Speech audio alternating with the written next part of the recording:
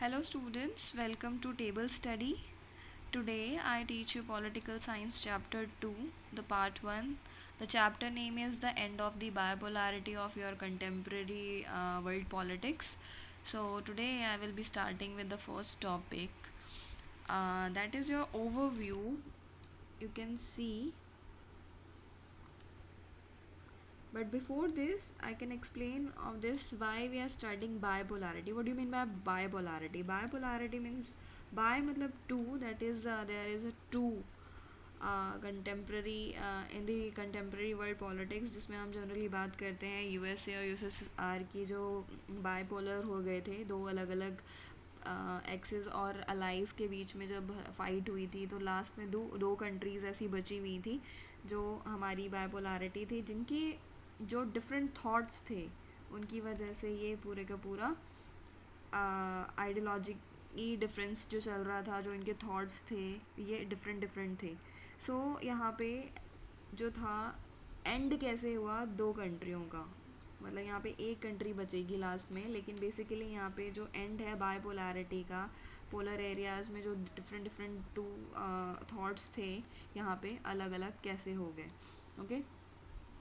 Just start with the first Berlin wall basically यहाँ पे जब बर्लिन वॉल का जब क्वेश्चन आता है तो आपके दिमाग में आ रहा होगा कि बर्लिन वॉल क्या थी एक्चुअली में ये वॉल जर्मनी में बनाई गई थी और जर्मनी में बनाने का इनका मेन जो मोटो था वो ये था कि एक्चुअल में जर्मनी जब डिफ़ीट हो गई थी तो यूएसए और सोवियत में इसको बांट दिया गया था जो वेस्टर्न पार्ट था वो यूएसए के अंडर में गया और जो ईस्टर्न पार्ट था वो सोवियत के अंडर में गया था और इन दोनों को अलग अलग एरियाज़ में डिवाइड करने के लिए यहाँ पे बर्लिन वॉल को कंस्ट्रक्ट करा गया था बर्लिन वॉल जो कंस्ट्रक्ट किया गया था that was built in 1961 okay ये जनरली क्वेश्चन पूछा जाता है when it was built so you have to answer in 1961 और एक्चुअल में ये 150 किलोमीटर लॉन्ग कंस्ट्रक्ट किया गया था वॉल और एक्चुअल में ये 28 सालों तक वॉल जो थी वो रही थी और लास्ट में जब ये ब्रोकन डाउन हुई थी वो 9 नवंबर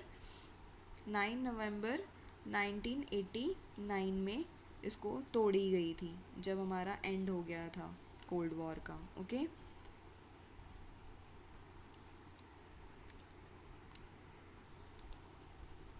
Just take a look. We have to all discuss all these topics in the coming videos. Before this, I'm just summarizing your all the topics which is covered in your chapter. So first is your meaning and the causes of disintegration. Disintegration means यहाँ पे जब integration हम जब कहते हैं जब चीज़ों को हम जोड़ते हैं या इकट्ठा करते हैं डिसइंटीग्रेट मतलब अलग अलग हो जाना तो जो यूएसएसआर था उसका डिसइंटीग्रेशन कैसे हुआ यहाँ पे गॉर्बचेव जो थे वहाँ के जो लीडर थे और उनके साथ की जो चीज़ें थी वो डिसइंटीग्रेट कैसे हुई सोवियत यूनियन डिसइंटीग्रेट कैसे हुआ मेन कॉज क्या था इनका कॉन्सिक्वेंसेस क्या हुए थे दैट मीन्स रिजल्ट क्या था डिसइंटीग्रेशन का फिर वहाँ पे शॉक थेरेपी जो हुई थी जो पोस्ट कम्युनिस्ट रिजाइम्स थे वहाँ पे शॉक थेरेपी इन एक्चुअल में थी क्या कॉन्सिक्वेंसेस क्या हुए शॉक थेरेपी के आई मीन रिज़ल्ट कैसे निकले क्या रिज़ल्ट था क्या टेंशन्स थी क्या कॉन्फ्लिक्ट्स आए थे और इंडिया का बाद में रिलेशन कैसा रहा था पोस्ट कम्युनिस्ट कंट्री के साथ here we starting with the first topic.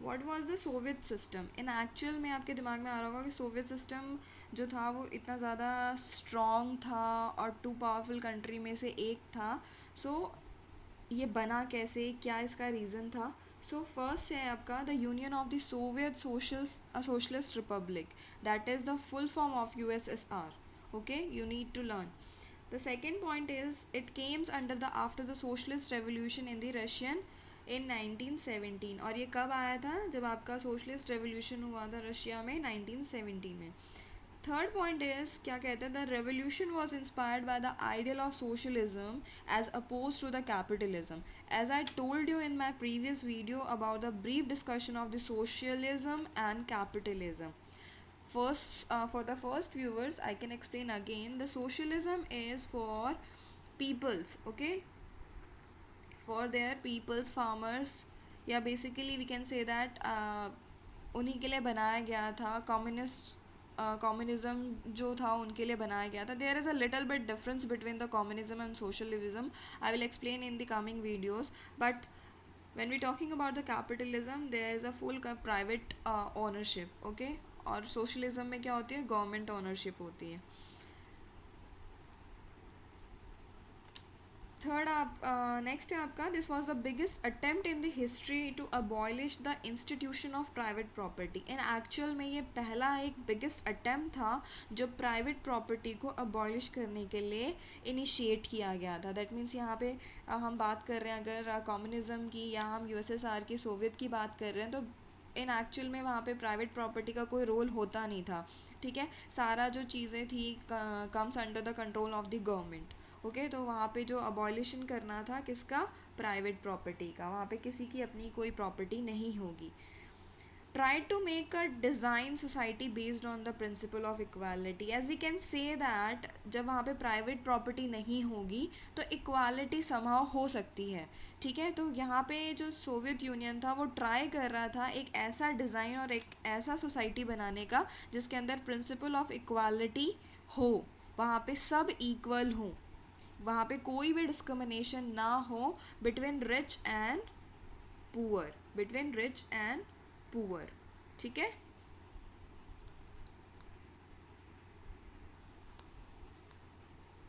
Next है आपका Soviet political system centred around the communist party. Okay, जो सोवियत का पॉलिटिकल सिस्टम था, जो भी वहाँ का जो भी स्ट्रक्चर था, पॉलिटिक्स जो भी चलती थी, वो कम्युनिस्ट पार्टी से ही रिलेटेड थे या फिर centred around the political communist party. ठीक है, जो भी है कम्युनिस्ट पार्टी के साथ में ही होगा क्योंकि वहाँ पे एक ही सिंगल पार्टी थी, वहाँ पे कोई अपोजिशन पार्टी नहीं थी और ना ही अलाउड थी वहाँ पे किसी को भी अपनी चीज़ें रखने के लिए. ठीक है, so there is no other political party और opposition party was allowed, not allowed in actual. The economy was planned and controlled by the state, as I can say that about their economy and well planned and well controlled by the state. जब state की बात आती है that means we are talking about the government only. So here जो economy थी well plan की गई थी और कंट्रोल भी वहाँ की गवर्नमेंट कर रही थी. जैसे कि मैंने आपको पहले बताया कि वहाँ पे क्या था, गवर्नमेंट का कंट्रोल था, गवर्नमेंट ओन था वहाँ पे सारी चीज़ें. तो वहाँ पे जितनी भी चीज़ें हैंडल करती थी वो वहाँ की गवर्नमेंट करती थी. द नेक्स्ट इज़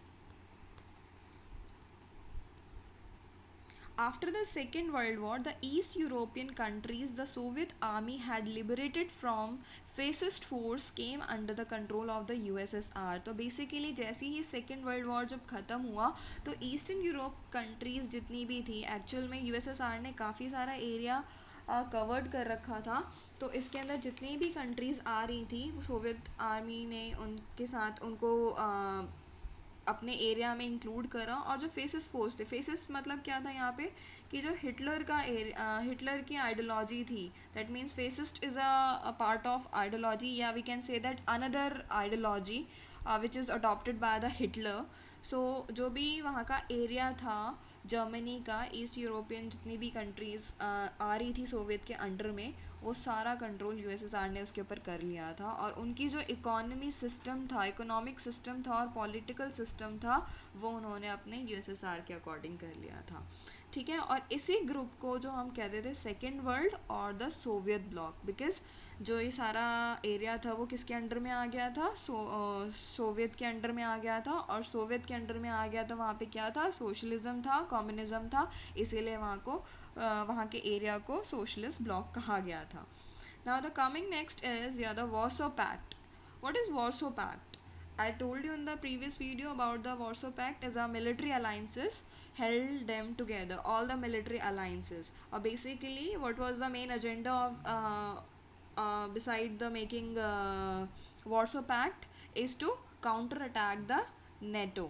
Okay, जो यूएसए का जो अलाइंसेस बना हुआ था नेटो, उसको काउंटर अटैक करना. ठीक है, वार्सो का मेन मोटो क्या था, नेटो को अटैक करना, या फिर नेटो अगर इनको अटैक करता है तो उनको काउंटर अटैक करना. The Soviet Union economy was more developed than rest of the world except US. तो बेसिकली हम कह सकते हैं कि जो वहाँ की इकॉनमी थी ना वो बहुत ही अच्छी थी, वहाँ पे कोई भी पुअर नहीं था, हर एक लाइवली स्टाइल को अच्छे से मेंटेन किया गया था, और वहाँ की इकॉनमी, वहाँ पैसे की कमी नहीं थी इतनी ज़्यादा। लेकिन अगर हम कहें तो यूएस के कंपैरिजन में ही थी, ठीक है। तो पूरे वर्ल्ड में ऐसी किसी की इकॉनमी नहीं थी जितनी यूएस और सोवियत की थी।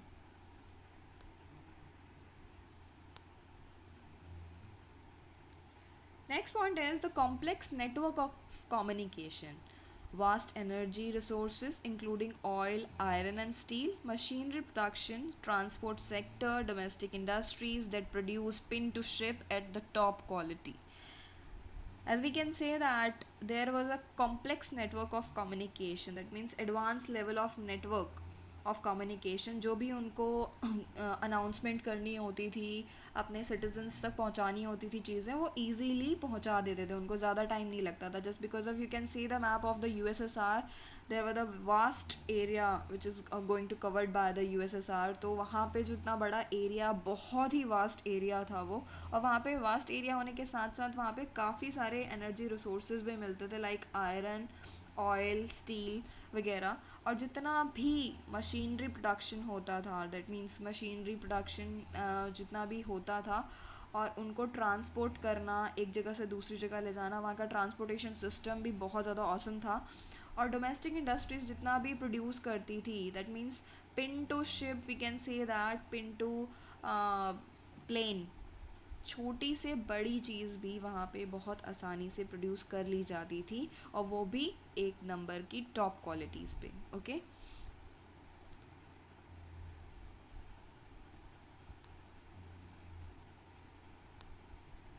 Soviet system became very bureaucratic, और and we can say that authoritarian.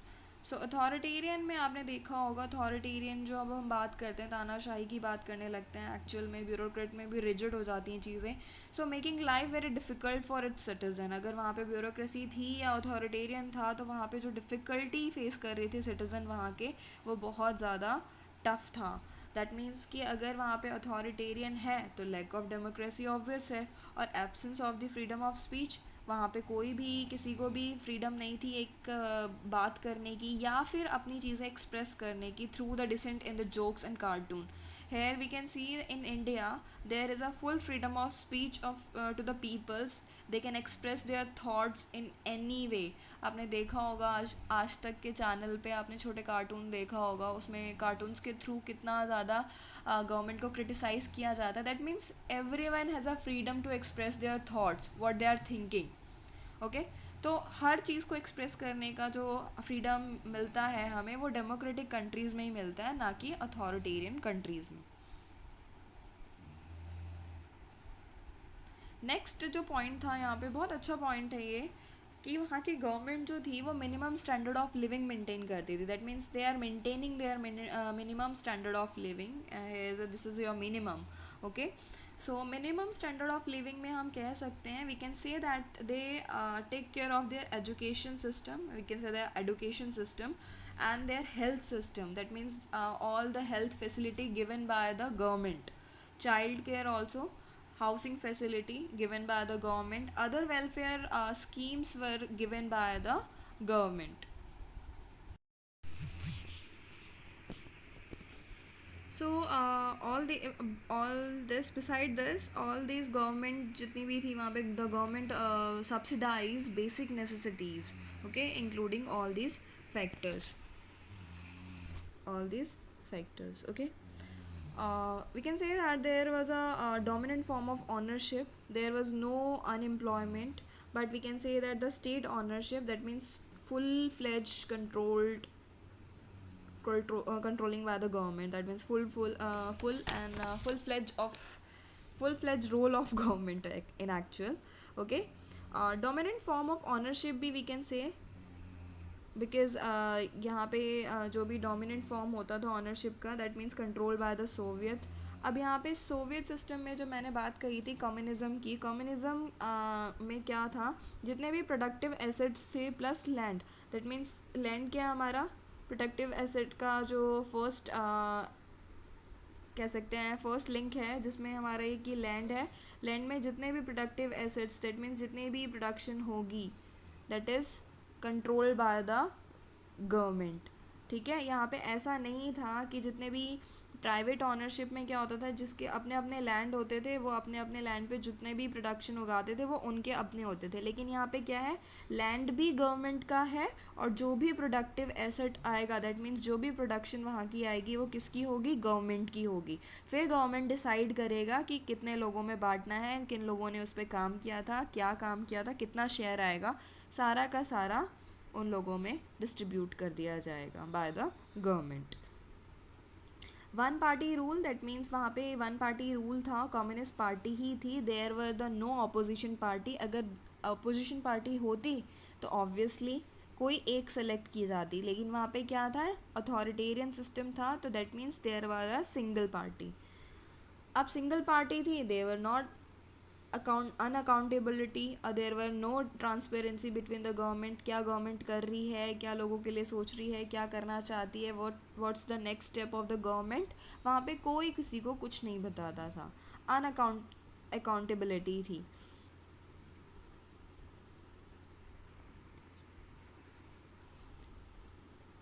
Next is the in arm race, the Soviet Union managed to match the US from time to time, but agree at a great cost. Okay, अब arm race होती थी, arm race में मैंने आपको पहले भी बताया था, आर्म रेस क्या थी कि दोनों ने डिसाइड किया था, they improve their military weapons, they are going to gain their nuclear weapons, they are going to be manufacturing the more and more weapons to increase their arm race।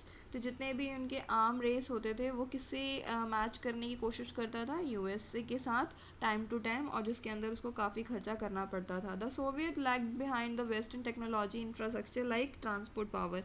अब यहाँ पे क्या था, जो वेस्टर्न टेक्नोलॉजी के साथ जो infrastructure का मैच करना, और बेसिकली जो ट्रांसपोर्ट पावर थी उसकी, वो बहुत ज़्यादा तगड़ी थी। The next one is the they fulfilling only the political economic aspiration of the citizenships, that means they are only fulfilling their political and economic aspirations, not more than that. So next is your Gorbachev and the disintegration. Gorbachev कौन थे, वहाँ के, इनका पूरा नाम था मिखिल गॉर्बचेव, जो कि वहाँ के जनरल सेक्रेटरी बने थे कम्युनिस्ट पार्टी के सोवियत यूनियन में 1985 में। अब बेसिकली इन्होंने बहुत अच्छा काम किया था, रिफॉर्म्स करने स्टार्ट कर दिए थे उन्होंने, दैट मीन्स कि जितनी भी इंफॉर्मेशंस थी, टेक्नोलॉजी रेवोल्यूशंस जो होने थे वेस्टर्न कंपेयर में, वेस्टर्नाइजेशन के कंपेयर में, उन्होंने वो स्टार्ट कर दिया था। नए नए उन्होंने इकोनॉमिक और पॉलिटिकल रिफॉर्म्स पॉलिसीज़ बनाई थी, लेकिन ये पॉलिसीज़ उनके ही गवर्नमेंट के लोगों को और गवर्नमेंट को पसंद नहीं आई, so they start their criticising, they were start criticising, okay, policies को क्रिटिसाइज़ करने लगे उन्हीं की गवर्नमेंट और उनके लोग।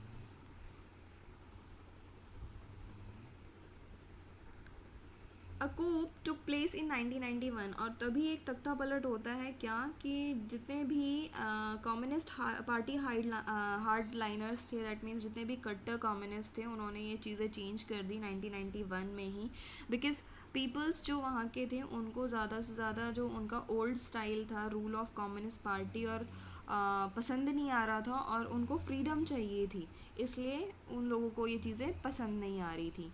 ठीक है, वो उन्हें डर लग रहा था कि जितना भी उनकी पुरानी चीज़ें हैं, जो भी वो फॉलो करते हुए आ रहे हैं, वो सारी चीज़ें उनसे छिन जाएंगी।